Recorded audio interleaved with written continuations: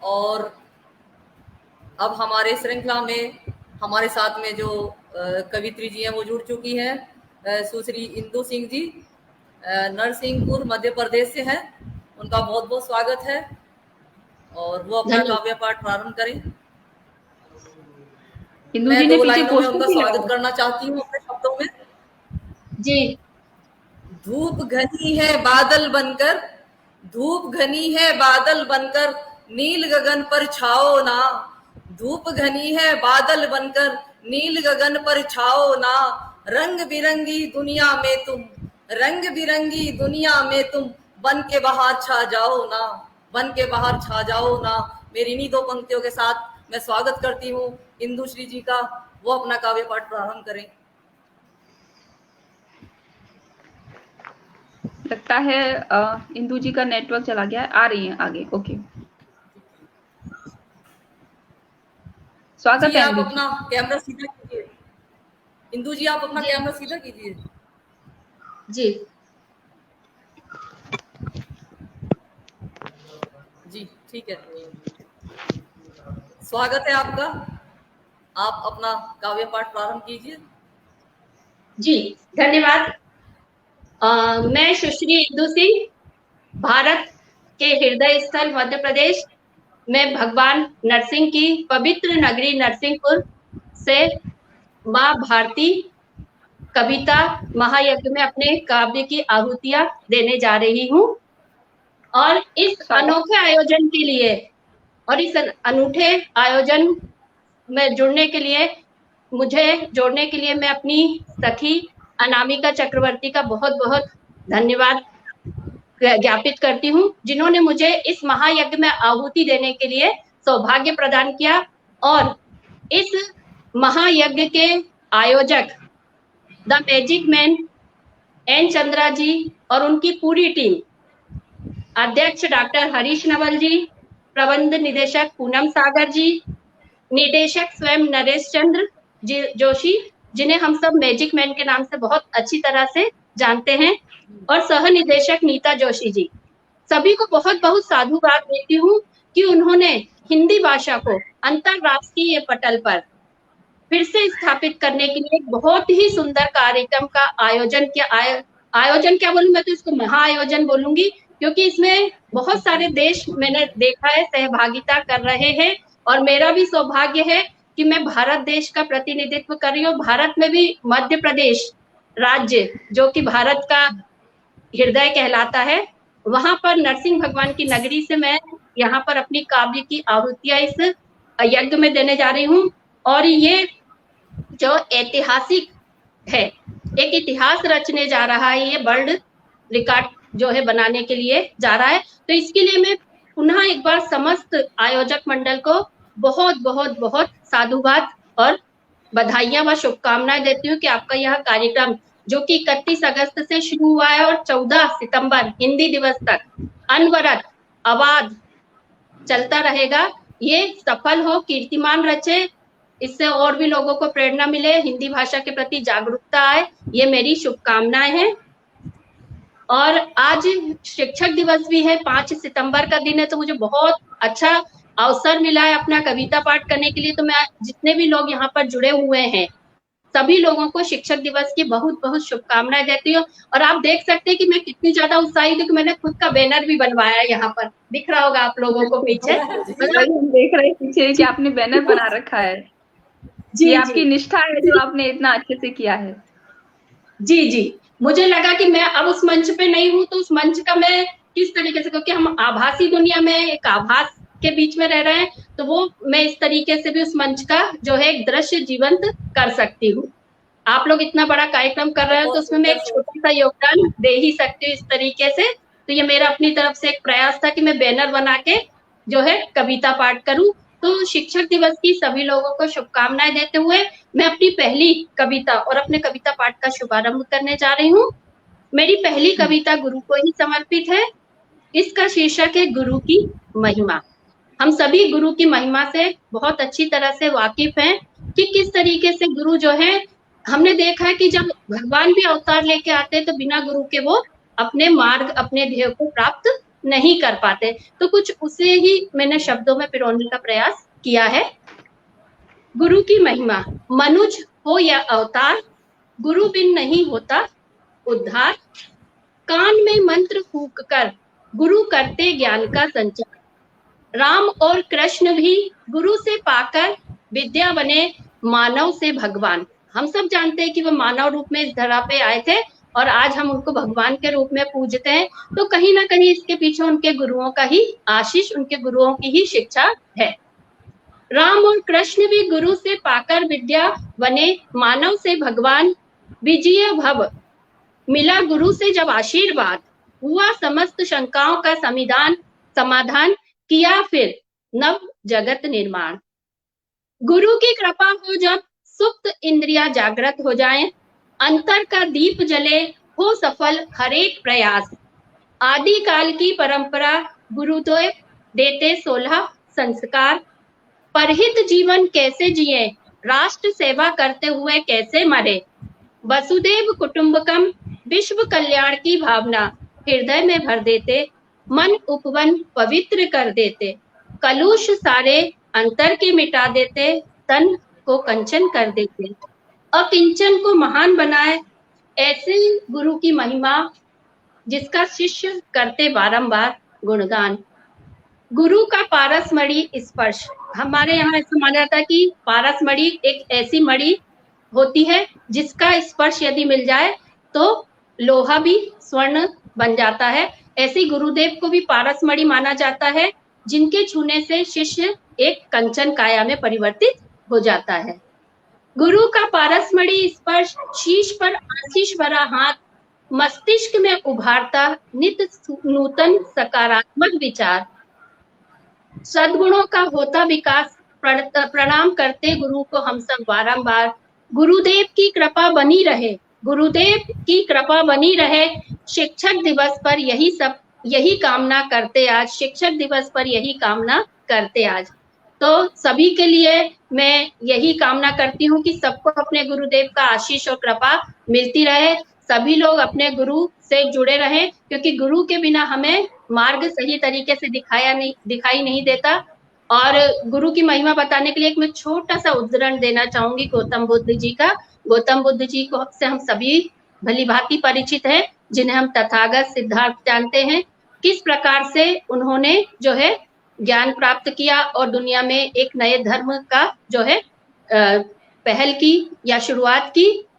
उन गौतम बुद्ध जी का जब निर्वाण समय आया, अंत काल समय आया, जब वो देह को त्याग कर समाधि ले रहे थे, तो शिष्य लोगों में बड़ी हलचल हो गई। शिष्य लोग कहने लगे, गुरुदेव आपके बिना हमें कौन मार्ग दिखाएगा, कौन हमें रास्ता बताएगा, किस तरीके से हम आगे बढ़ेंगे, कैसे हमें रास्ता दिखेगा। तब गौतम बुद्ध ने शिष्यों को एक मंत्र दिया। उन्होंने कहा, वो नहीं, जरूरी नहीं कि आपको हमेशा कोई गुरु मिले, आपका हाथ पकड़ के चले। ऐसी स्थिति में हमें क्या करना है, अप दीपो भव। एक मंत्र दिया उन्हें, अप दीपो भव। आप स्वयं दीपक बने, है ना, अपने अंदर के ज्ञान। क्योंकि ऐसा कहा जाता है, शास्त्रों में, वेदों में लिखा है कि सृष्टि का समस्त जो ज्ञान है, हमारे अंदर भी एक सृष्टि, एक ब्रह्मांड समाया हुआ है। जब हम ध्यान करते हैं, योग करते हैं, स्वाध्याय करते हैं, तो धीरे धीरे हमारी अंतर की जो सुप्त इंद्रियां हैं, सुप्त ज्ञान है, वो धीरे धीरे दिव्य होता है, प्रकाशित होता है, जिसमें हमारे गुरु का आशीष मिलता है। यदि हमें गुरु नहीं मिलते हैं इस तरीके के, तो फिर हम स्वयं अपने जो है प्रयत्नों से अपने दीपक बन सकते हैं। अब हमने देखा भी, ओलंपिक समाप्त हुए और पैरालंपिक तो अभी चल ही रहे हैं। इस ओलंपिक में हमने देखा, पैरालंपिक में भी हम देख रहे हैं, हमारे देश की बेटियों ने बहुत गजब का जो है कीर्तिमान बनाए, पदक प्राप्त किए हैं। तो इन सब से हमारे देश में बेटियों ने जिस तरीके से भारत का परचम पूरे विश्व में लहराया है, तो उन्हीं बेटियों को समर्पित है मेरी अगली रचना, बेटियां।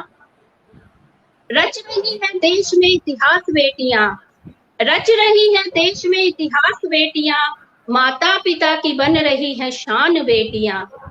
खुशियों से होके जन्म की महरूम बेटियां, खुशियों से होके जन्म की महरूम बेटियां, लाती है सबके ओठों पे मुस्कान बेटियां। ज्यादातर हम सुनते हैं कि बेटी के जन्म पे लोग खुश नहीं होते, लेकिन बेटी ऐसी कि जब वो जन्म लेती है तो सबकी खुशी का, मुस्कान का कारण बन जाती है। दो बोल मीठे प्यार के सुनती नहीं कभी, दो बोल मीठे प्यार के सुनती नहीं कभी, देती है फिर भी खुशियों का दान बेटियां। रिश्तों में जो बंधी, रिश्तों में जो बंधी एक बार बेटियां, ताउम्र चुकाती हैं उसका दाम बेटियां। ये सब हम जानते, सभी बेटियां बहुत सी यहाँ पर जुड़ी हुई हैं कि रिश्तों से यदि बन जाती है तो फिर ताउम्र वो उसके रिश्ते को निभाती हैं। जायदाद के लिए न लड़ती बेटियां, जायदाद के लिए न लड़ती बेटियां, प्रेम त्याग सेवा से धनवान बेटियां। समझो न उसे तुम, समझो न उसे तुम, मुसीबत की टोकरी, होती है मुश्किलों का समाधान बेटियां, होती है मुश्किलों का समाधान बेटियां। सर पर उठाए फिरते हो बेटों को लाड़ से, सर पर उठाए फिरते हो बेटों को लाड़ से, छू लेती है मगर आसमान बेटियां।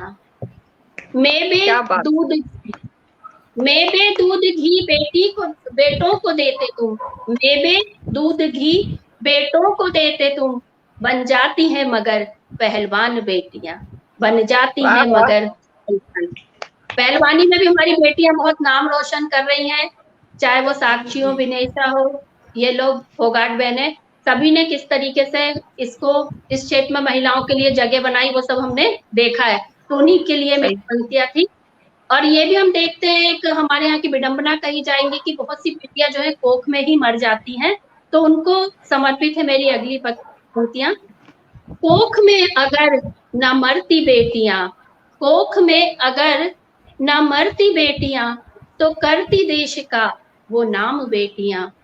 पाएंगी अगर मौका, पाएंगी अगर मौका, तो देख लेना तुम, रानी लक्ष्मीबाई सी बनेंगी महान बेटियां।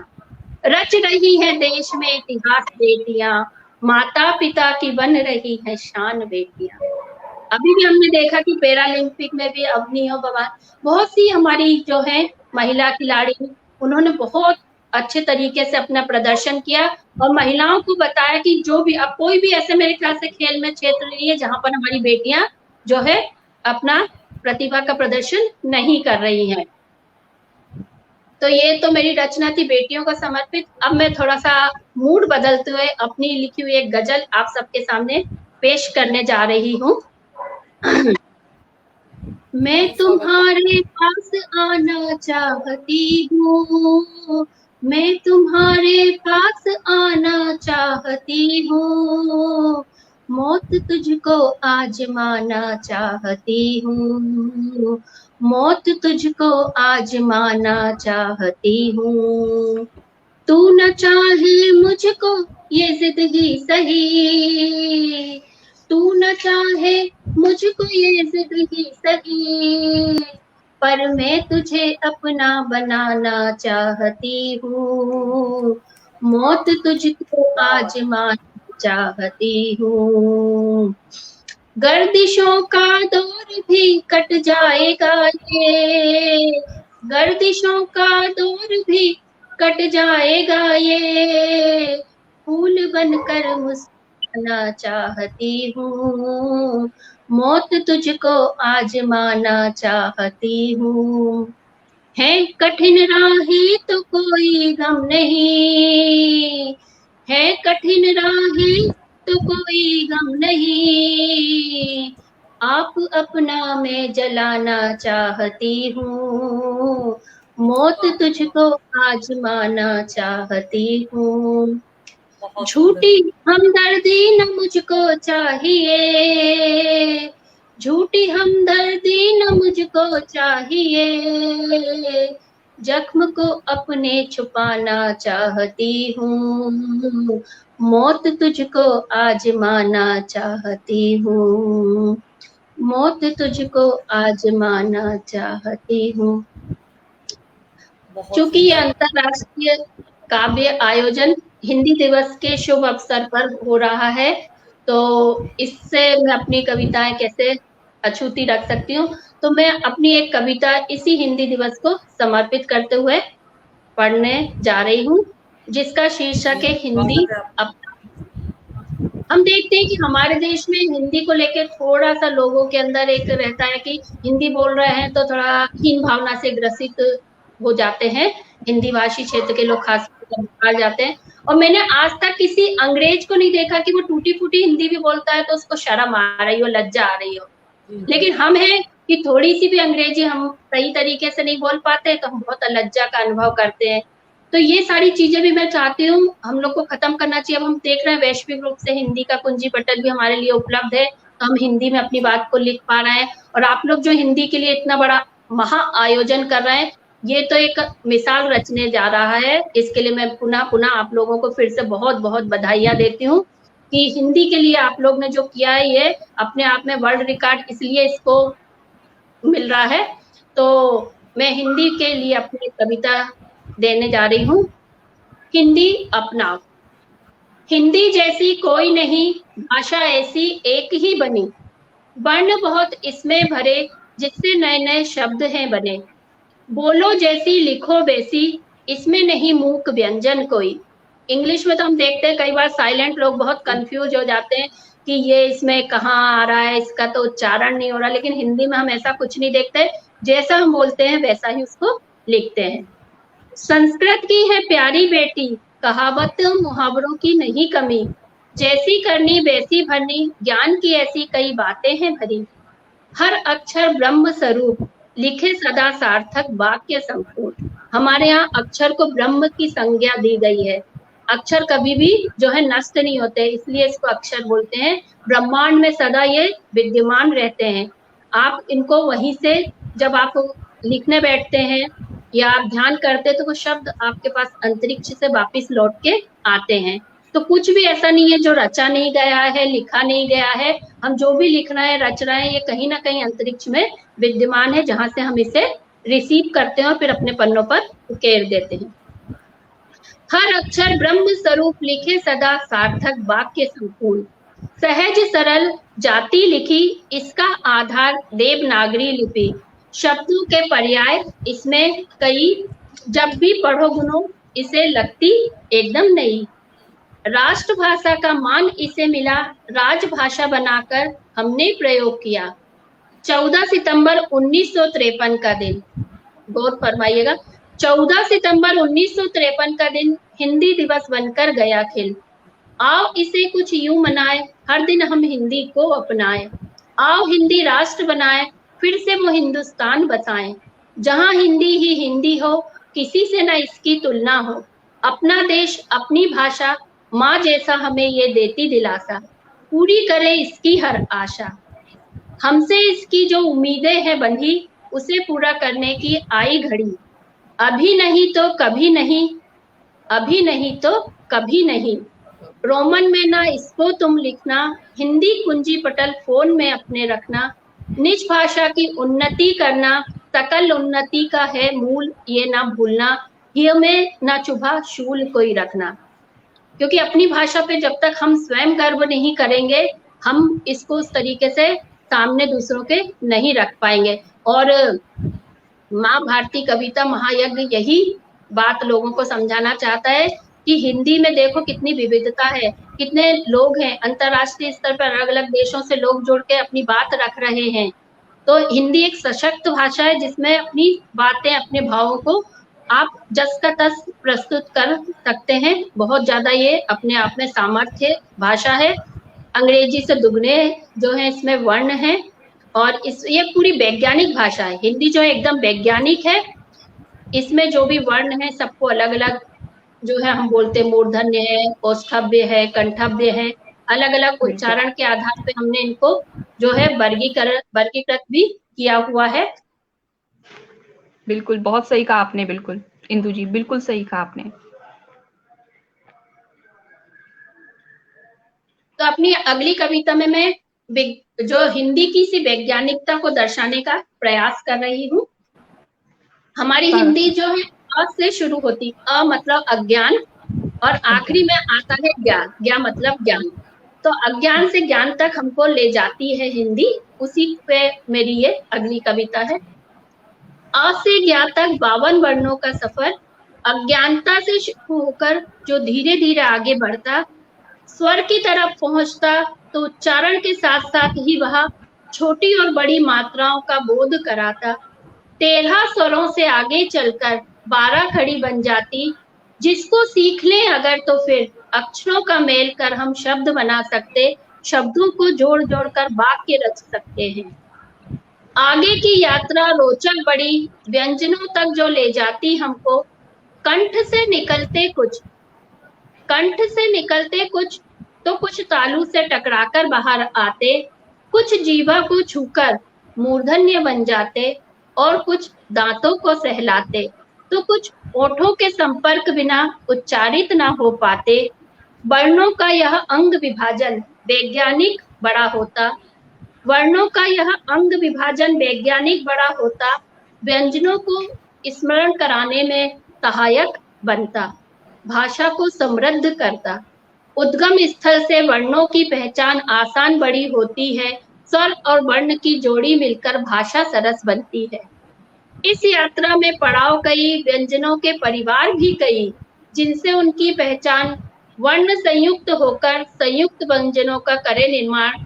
छ, तर और ज्ञा तीनों ही 2 वर्णों से मिलकर एक व्यंजन बने। इस तरह हिंदी वर्णमाला मंजिल तक पहुंचाती, अंत में हम सबको ज्ञानी बनाकर छोड़ती। अज्ञान से शुरू हुआ सफर ज्ञान पे जाकर समाप्त होता। तो ये हमारी हिंदी भाषा की वैज्ञानिकता है कि इसमें जो वर्ण है वो हम किस जगह से बोल रहे हैं उसके आधार पे हम इनकी एक पहचान बनाते हैं, इनका एक जो है विभाजन हम करते हैं। तो इसने क्या अपने बात आप को, इंदु जी, आपने तो पूरी ओलम का एक कविता के रूप में रचना कर दी। बहुत ही सुंदर बहुत बढ़िया। जी धन्यवाद उत्साह बढ़ाने के लिए। जी जी। अभी हम देख रहे हैं कि अयोध्या में भगवान श्री रामचंद्र जी का मंदिर बनने जा रहा है। बड़ी लंबी लड़ाई के बाद हम भगवान श्री राम के मंदिर को पुनः उनकी जन्मस्थली पर बनते हुए देख रहे हैं। ये हम सबके लिए अत्यंत गौरव की बात है और निश्चित ही भगवान श्री राम का मंदिर बनने से हमारा जो पुराना खोया हुआ गौरव है वो हमें फिर से प्राप्त होगा, ऐसा हमको उम्मीद है। तो और हम जानते हैं कि भगवान श्री राम, उनके नाम के बिना जीवन जो है हमारा असफल ही रहता है। तो उन्हीं भगवान राम को समर्पित है मेरा अगला छंद। राम राम बोले सब समझता कोई नहीं, राम राम बोले सब समझता कोई नहीं, उसके बिना भी पर काम चलता नहीं। जिसने भी हृदय में उसको बसा लिया, उसका प्रभु के बिना धाम बनता नहीं। जिसने जन्म दिया मानव का रूप दिया, उसकी कृपा के बिना नाम बनता नहीं, उसकी कृपा के बिना नाम बनता नहीं। सच्चे मन से पुकारो, उसे आत्मा में बसा लो, सच्चे मन से पुकारो, उसे आत्मा में बसा लो। फिर देखो कैसे तुम्हें राम मिलता नहीं, फिर देखो कैसे तुम्हें राम मिलता नहीं। तो राम की महिमा तो हमारे यहाँ सभी ने गाई है।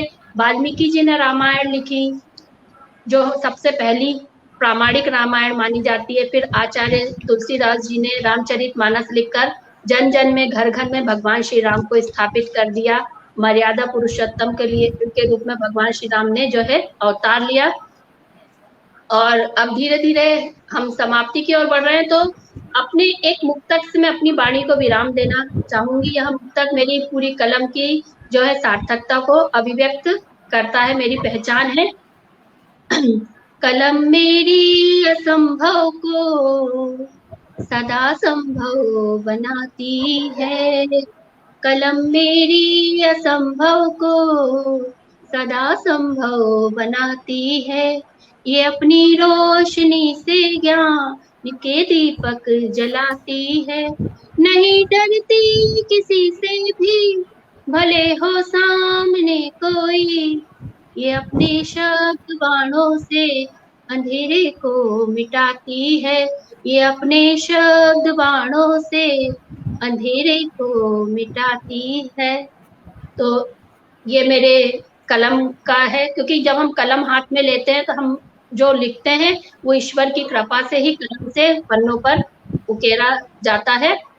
और आपने इस आयोजन के लिए जो ये ऐतिहासिक अंतर्राष्ट्रीय अबाध कविता महायज्ञ है 31 अगस्त से शुरू हुआ, तो इसके लिए मैं पुनः एक बार समस्त आयोजकों को, जो भी इससे जुड़े हैं, पूरी टीम को जो है इसके लिए शुभकामनाएं प्रेषित करती हूँ कि ये सफल हो, विश्व में अपना कीर्तिमान बनाए, वर्ल्ड रिकॉर्ड बनाए। और इससे मुझे जुड़ने का अवसर मिला, तो इसके लिए मैं अपनी सखी अनामिका को एक बार पुनः धन्यवाद देती हूँ, जिसने मुझे इससे महायज्ञ में काव्य आहुतियां देने का अवसर प्रदान किया। और समस्त टीम का भी बहुत बहुत बहुत बहुत धन्यवाद। आप लोग ऐसे ही आयोजन करें, हम लोग आपके आयोजन में सहायक बने, गिलहरी नुमा योगदान देते रहे और इतिहास रचे। धन्यवाद। इंदु जी, अभी आपका टाइम खत्म नहीं हुआ है। आपके लिए बहुत सुंदर सुंदर कमेंट आ रहे हैं और सभी जी। श्रोताओं का स्वागत है और बहुत बहुत आभार है। अभी आपका जी। समय शेष है, आप कुछ पढ़ना चाहे तो पढ़ सकती हैं। जी जी हाँ, सभी सखियां मैं देख रही हूँ यहाँ पर उत्साह बढ़ाने में जुटी हुई हैं। जी। क्या बोलते हैं, अभी मैंने अभी के हिसाब से इतनी ही कविता को तैयार किया था, क्योंकि ज्यादातर मैं कविताएं कम लिखती हूँ, गद्य पे मेरा ज्यादा लेखन होता है, तो कविताओं में मैंने अभी इतना ही तैयार किया था। ठीक है, तो मैं अभी विदा लेना चाहूंगी। तो मैं अपनी कविता ले लेती हूँ। जी ये जी। मैंने